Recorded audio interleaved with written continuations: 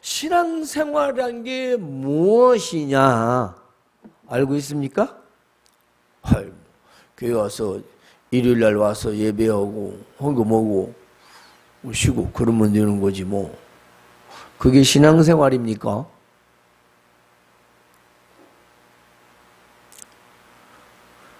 과거에는 눈에 보이지 않지만 소문을 듣고도 정말인 것처럼 살았습니다. 그런데 이제는 눈으로 보고 또 확인하고 그래도 의심해보고 그러는 시대가 되었어요. 하지만 눈으로 보고 손으로 만지고 확인해도 가짜가 있고 속이는 사람들이 있습니다. 따라서 눈으로 보고 손으로 확인해도 믿을 수 없는 것들이 너무도 많이 있습니다. 그러면 믿음은 눈에 보이지도 않고 볼 수도 없는 것입니다. 그런데 이 보이지 않는 믿음을 소유하고 살아가는 삶을 신앙생활이라고 합니다. 믿음을 가지고 그래도 나는 믿어 이게 아니고 나는 믿어 하는 것을 행동으로 나타내 보이며 살아가는 것이 신앙생활이라는 것입니다. 지금 우리는 이 신앙생활이 제대로 되지 않아서 어떻게 되었습니까? 교회가 세상으로부터 비난을 받고 외면당하고 있습니다. 결국 전도가 막히게 된 겁니다. 복음이 막히게 된 거예요. 왜? 교회는 먼 듯하게 시장을 하고 웅장하지만 그 안에 있는 사람들은 세상 가운데서 그렇게 웅장하지도 못하고 화려하지도 못하고 향기도 없고 오히려 냄새를 피우며 사치와 쾌락, 세상과 그저 외형만 조금 다를 뿐 다 변해버린 것입니다.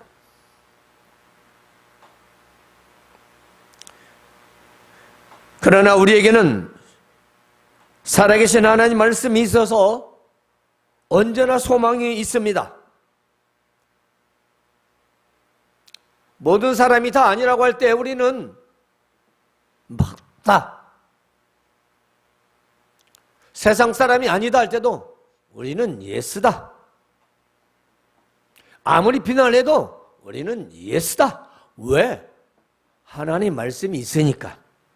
자, 우리 하나님의 말씀을 통해서 우리 신앙생활에 대해서 오늘 좀 더 자세히 말씀을 드려야 할 때 귀 기울여 들으시기 바랍니다. 먼저 믿음이란 무엇이냐?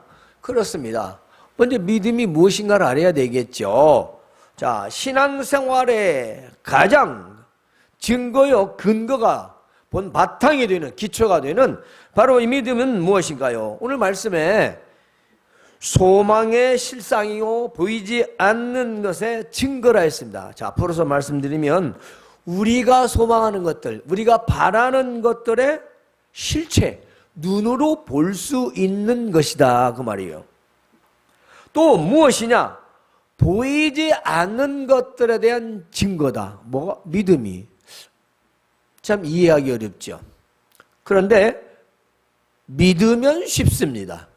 믿지 않으면은 이 말씀은 그 누구도 받아들일 수도 없고 또 이해할 수도 없습니다. 믿을 때만이 이 말씀은 이해가 되는 것입니다. 자, 조상들이 이 같은 믿음이 있었기에 하나님께서 그들을 다 인정하셨다는 겁니다. 즉 믿음으로 모든 세계가 우주 만물이 하나님 말씀으로 지어진 줄 우리가 알고 있고 보이는 것은 나타난 것으로 된 것이 아니다 라고 기록하고 있습니다. 뭐냐? 여러분들이 보이는 지금 현상 실체 이것은 나타나 있는 것들로 증명될 수 없다라는 겁니다. 과학은요 현실에 있는 것들을 증명해 나타날 때 그것을 사실이라고 합니다. 하나님 말씀 그렇지 않습니다. 하나님 말씀을 믿을 때에 믿음이 생기고 그 믿음이 이 세상이 하나님 말씀으로 지어졌구나 라는 것을 알게 되고 믿을 수 있다는 것입니다. 1 더하기 2는 3. 그건 세상적 방법이지요. 2를 누가 만들었고 2는 누가 만들었으며 플러스는 누가 만들었습니다. 누가 만들었습니까? 그 방식을 누가 만드는 거예요? 하나님 만드셨어요? 사람을 만들었어요. 1cm가 그만큼 간격인 것도 사람이 만들었고요.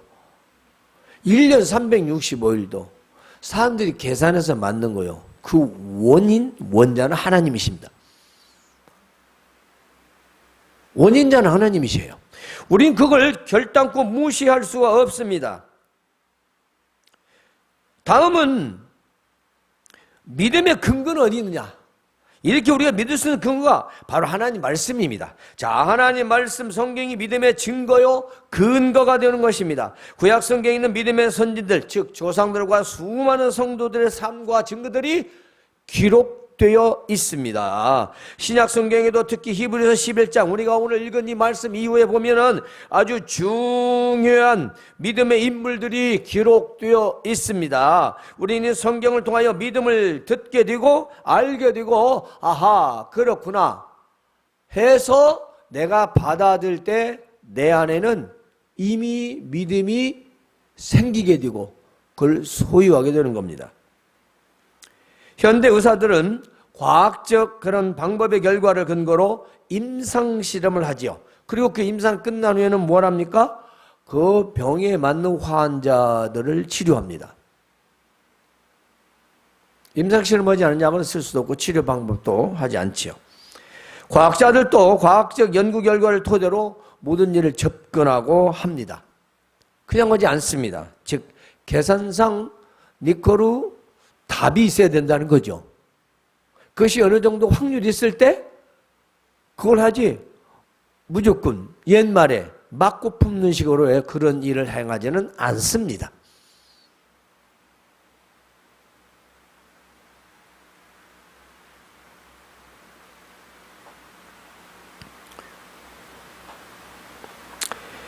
그러나 우리 신앙은요, 어떤 일반적 연구나 과학적 결과나 의학의 그런 임상 실험이 필요 없습니다. 전혀 골치 아픈 일이 아니에요. 그게 뇌를 열심히 사용할 일도 아닙니다.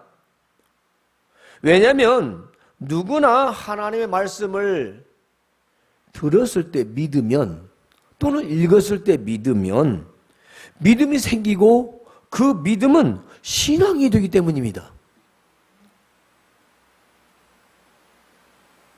같은 말 3번 들으면 더 입력이 잘 되죠. 같은 말을 쓰고 읽으면 더 빨리 습득이 됩니다. 내가 읽고 쓰고 한 것을 다른 사람에게 말하면 90% 이상의 습득이 됩니다. 왜 그렇습니까? 반복되는 거죠. 반복입니다. 우리 신앙에서는 하나님 말씀을 내가 또 듣고 또 들었을 때 그것이 내 마음에서 받아들여진다면 우리는 잊은 것 같으나 메모리처럼 포맷을 시키기 전에는 쌓이잖아요. 아무리 삭제를 복원시킬 수가 있습니다. 지금은 포맷도 복원을 시킵니다. 마치 우리에 있는 영혼의 이 믿음은 우리 하나님의 말씀을 잘 듣기만 하면 경청하면 마음이 아멘하면 이 메모리는 한도 끝도 없이 무제한이기 때문에 계속 쌓이다가 쌓이고 또 쌓여서 이것이 무얼로 행동으로 나타내게 되는 겁니다. 그게 바로 우리의 일상적인 신앙생활입니다.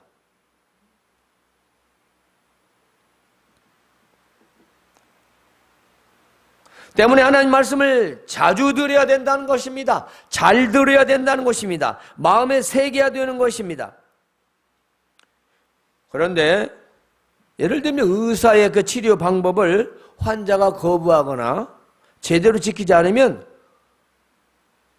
그 질병은 완치될 가능성은 거의 희박하겠지요.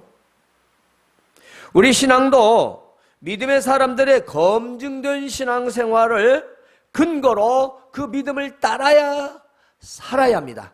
따라서 살아야죠. 성경에 보면 그 사람들이 어떻게 살았는지 우리가 이해할 수 있을 정도로 자세히 잘 기록되어 있습니다. 그러니까 믿음은 바로 하나님의 말씀을 근거로 해야 한다는 것입니다. 잘못된 것은 말씀으로 고치고 수정하고 또 부족한 것은 채우며 살아야 합니다. 왜냐하면 하나님 말씀은 하나님이 인정하신 믿음의 증거들이기 때문입니다.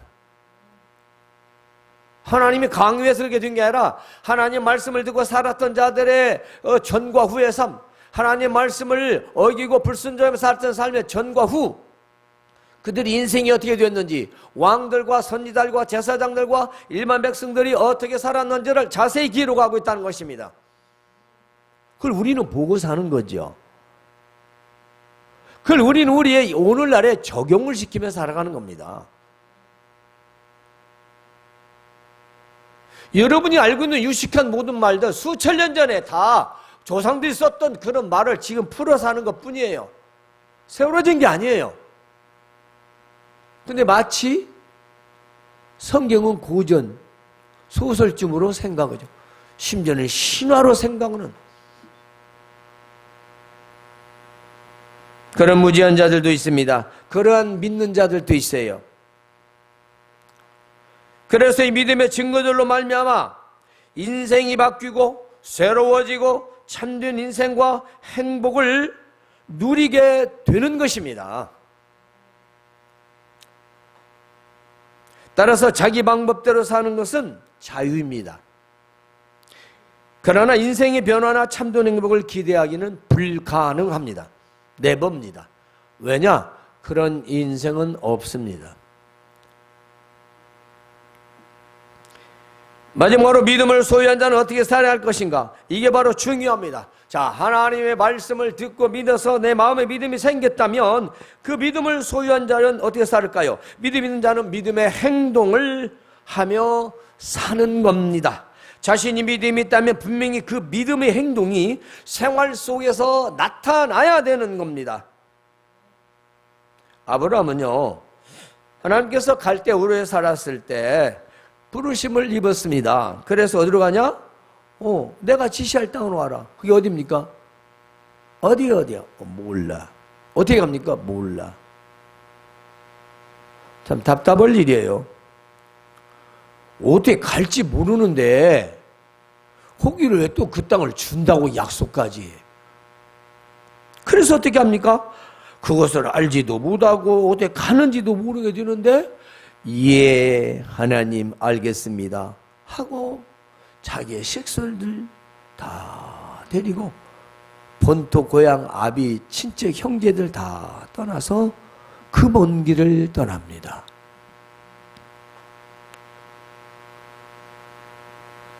믿음은 믿음이 있는 행동을 하게 합니다. 믿음은 믿음이 있는 행동을 하도록 하게 되어 있습니다. 마치 자동장치와 같습니다. 오토나 마찬가지입니다.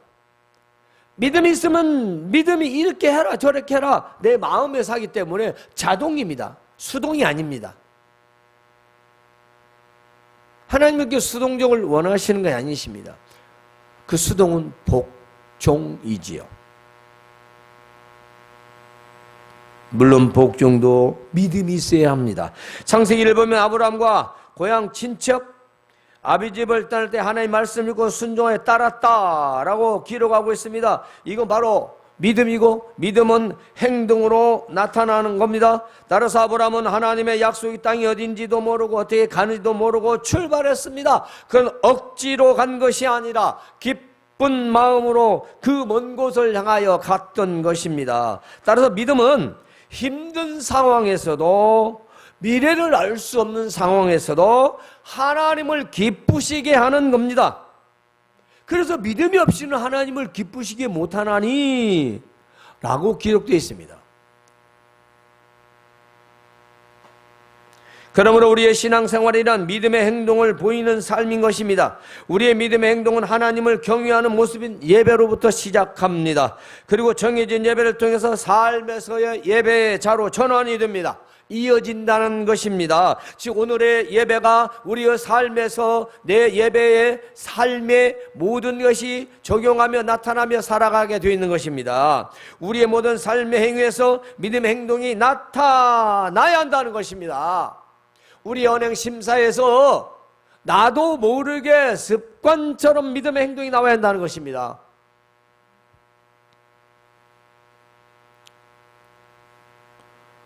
다리 꼬는 사람 있잖아요. 저도 한때는 많이 꼬았는데 그 꼬는 사람은 어른이 있든 없든 너희든 대충 봐도 그냥 생각 없이 다리를 착 꼬는 사람이 있어요. 자기 다리 자기 가지고 꼬는 거니까 누가 뭐라고 하지만 이게 습관을 말하는 거예요. 버릇을 따지는 것이 아니라. 왜 그러죠?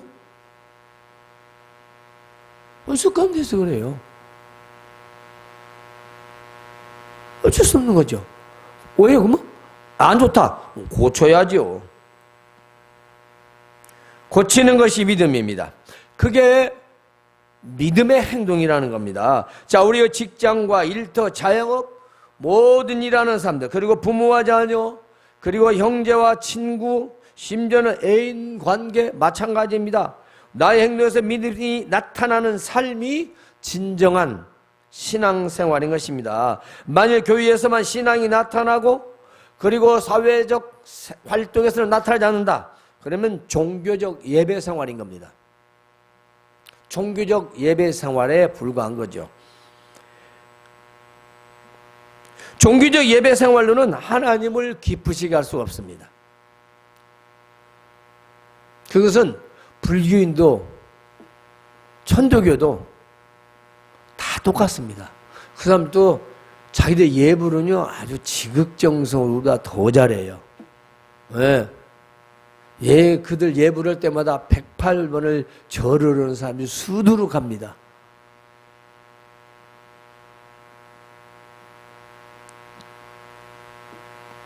우리는 예배 생활이 삶에서 이어지고 나타나야 된다는 것입니다.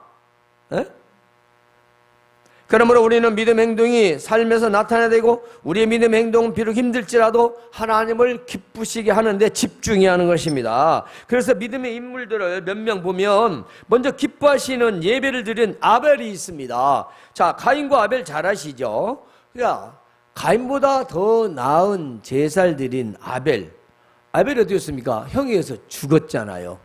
죽었음에도 불구하고 오늘 우리는 그 믿음을 말하지 가인의 믿음을 말하고 있지는 않잖아요. 왜? 하나님이 더 좋아하시는 예배를 드리기 때문입니다.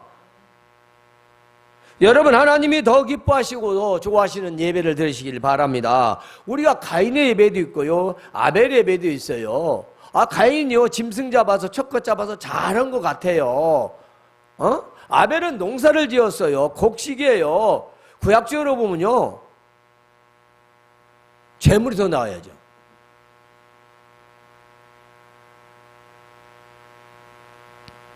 그러나 재물보다 더 중요한 것은 그 사람의 마음이었습니다.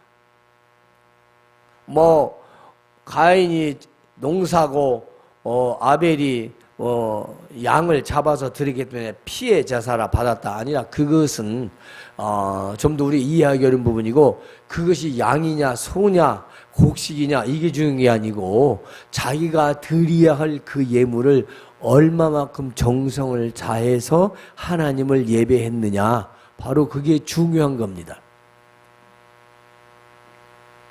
따라서 우리 예배도 하나님이 기뻐 받으신 예배를 드리는 것이 바로 우리의 신앙생활인 것입니다. 다음은 삶에서 하나님과 함께하는 믿음이 있어요. 바로 에녹입니다. 자, 에녹은 300년 동안이나 하나님과 동행하며 살았대요. 그 결과 어떻게 됐습니까? 죽음을 보지 않고 하늘로 올려졌습니다. 그야말로 산채로 하나님 앞에 간 거지요.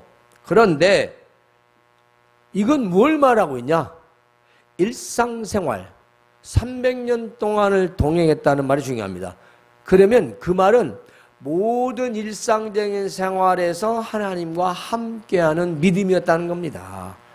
함께하는 신앙이 있다는 거예요. 그게 바로 중요한 거지요. 우리 예배를 교회에서만 드리고 나가서는 내 맘대로다 라고 한다면 그것은 300년 동안에서 예배 시간 2시간만 빼고 나머지는 다 자기 맘대로 사는 겁니다. 그건 동행이 아니죠. 여기 나가서도 누구를 만나서도 내가 일을 할 때도 또 가정에 가서도 그 어떤 관계에서도 하나님과 함께하는 그 믿음이 행동으로 나타나야 된다는 것입니다. 내가 지금 믿는 자지 내 하나님과 함께 하십니다. 내가 마음에 드는 사람이나 마음에 들지 않는 사람이나 원수 같은 자나 내 마음에 쏙 드는 자든 나에게 유익함이 있는 자 나한테 손해가 되는 자든 그걸 바라는 게 아니에요. 그러면 365일에서 그거 빼야 돼요. 300에서 300년 동안에서 다 그 부분을 빼야 돼요. 먹든지 마시든지 자든지 일하든지 누구를 만났든지 무엇을 했든지 간에 다 하나님과 함께 했답니다. 그러니까 사한 채로 하나님이 옮기셨다는 거예요. 그래서 우리는 삶에서 하나님과 함께하는 믿음이 중요하다는 것입니다. 또 있습니다. 죄악의 낙보다 고난을 좋아하는 믿음이 있습니다. 이게 뭐냐? 모세입니다. 모세는요 하나님 백성과 함께 고난받기를 잠시 죄악의 낙을 누리는 것보다 더 좋아했다고 했어요. 그 말은 잘 먹고 잘 사는 것보다 믿음으로 고난받기를 더 좋아했다는 겁니다. 그래서 모든 보화 그 재물보다도 상 주신 하나님을 바라보았다라는 겁니다. 모세는 이집트 궁궐에서 제2인자로 아주 호의고시가며 부귀영화를 누릴 수 있는 사람이었어요. 왜냐하면 제2인자니까. 왕자로 살았다면 얼마나 권세를 누리며 세상의 온갖 즐거움과 쾌락을 다 누리며 살았을까요? 그러나 모세는 상 주시는 하나님을 바라보며 궁궐의 권세와 그 모든 부귀영화, 재물과 보화를 다 버리고 고난받기를 자청했다는 것입니다.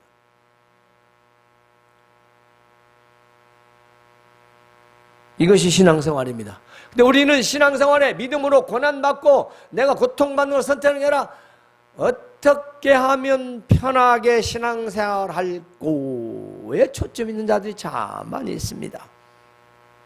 그러면 예수님 말씀과도 대치가 되죠. 왜냐? 예수님은 좁은 길로 가라고 했잖아요. 구약시대만 그런 게 아니라니까요. 좁은 길이 뭐예요? 협착해요. 또 사람도 별로 없어요. 가려고 하지 않아요. 위험해요. 고통스러워요. 고난받아요. 안 가요. 어디로? 넓은 길로 가요. 그 뭐요? 쉽고 빠르고 편리하고 즐겁고 누릴 수 있는 걸 향해서 가는 겁니다. 그게 뭐예요? 멸망의 길. 그 길은 고속도로가 아니라 멸망의 길입니다. 예수님 왜 그렇게 말씀하셨겠어요? 당연히 믿음에는 고난이 있게 되는 거죠. 모세도 다 알고 있었어요. 이 노예로 살아 근성으로 살았던 이 백성들을 끌고 세상에 내가 하나님의 명령을 따라가야 한다니.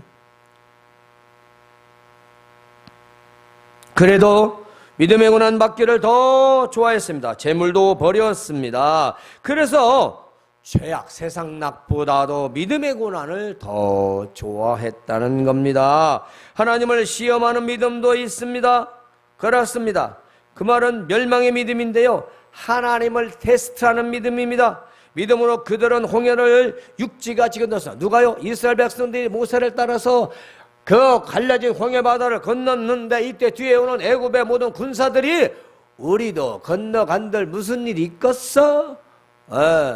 저들도 건너가고 있는데 따라갔는데 이스라엘 백성이 다 건너자 홍해 바다는 다 합쳐지게 되었지 않습니까? 모두 물속에 수장되어 죽었죠. 왜요? 하나님을 테스트한 겁니다. 하나님이 우리를 여기 갔는데 우리가 되면 어떻게 되겠어? 아니 우리가 가면 우리 합쳐지기라도 하겠어? 저 사람들도 가는데? 이게 뭐냐면 믿기는 믿는데 잘못된 믿음이에요. 자기 편리주의대로 자기 방식대로 믿는 애굽 사람들 같이 우리도 하나님을 내 방식대로 내가 믿으면 그 길이 성공적 길이다? 아니죠. 멸망적 길이라는 겁니다. 남이 잘 되니까, 남이 못 되니까 이런 걸로 찾고 남의 생각, 남이 한 행동 이런 걸 의식해서 그것을 못된 사람들의 그런 것을 혹은 내 앞에서 다른 사람들이 잘 되니까 믿는 게 아니고 따라서 하는 거. 따라쟁이. 따라쟁이가 재밌는 웃음을 주려고 하는 몰라도 믿음은 따라쟁이가 아니에요. 믿어야 됩니다. 자칫 잘못하면 하나님을 테스트하는 것이 되기 때문입니다. 사랑하는 성도 여러분, 신앙생활이란 뭘까요? 이제 정리합니다. 믿음을 알고 믿음을 알아야 합니다. 믿음을 알기 위해서 하나님의 말씀을 드려야 합니다. 하나님의 말씀을 듣고 믿어야 합니다. 그게 믿음을 얻는 길입니다. 두 번째는 믿음의 근거인 성경, 바로 믿음의 증거되는 말씀을 잘 드려야 합니다. 그래서 믿음을 알고 믿음의 증거를 통해 믿음의 행위가 나타나는 삶이 신앙생활인 것입니다. 내 믿음의 행위가 몸에 배어서 자연스럽게 우리가 밥을 먹을 때 그냥 딱 뭘 두든 간에 하나님 감사합니다 하고 기도하듯이 그게 습관적이지만 좋은 습관인 것입니다. 나쁜 게 아니에요. 좋은 게, 이게 좋아도 너무 좋은 거예요. 그러듯이 우리가 꼭 기도 생활하듯이 습관으로 주일날에 이렇게 예배를 드리러 하듯이 이게 다 좋은 습관이잖아요. 이게 뭐냐면 신앙생활이에요. 그러나 이것은 1번이고 2번은 생활 속으로 이어져야 된다는 것입니다. 들은 말씀이 귀에서만 맴돌고 사라져버리는 메아리가 아니라 마음속에 잘 새겨지는, 즉 바울 사도가 말한 것처럼 신비에 새겨져서 내 안에 스티그마, 내 안에 흔적이 되어서 예수 그리스도의 십자가, 그 흔적의 피가 내 안에 남아 있어서 그 행동들이, 그 행위들이 모든 영역에서 다 나타나야 된다는 것입니다. 그것이 신앙생활입니다. 여러분, 우리가 예배가 중요합니다. 그러나 예배만 중요하고 나머지는 내 처지대로 애굽 사람들처럼 내 스타일로 내 생각으로 판단하지 마십시오. 큰 오판이 될 수 있습니다. 여러분은 그렇지 않으리라 믿습니다. 성도 여러분, 우리 믿음의 행위가 나의 모든 삶에서 나타나는, 그렇습니다, 나의 삶의 전 지역, 전 활동에서, 그리고 모든 곳에서 나타나는 여러분의 신앙생활이 되기를, 그래서 하나님을 기쁘시게 하는 삶이 되기를 주님의 이름으로 축원합니다. 하나님, 우리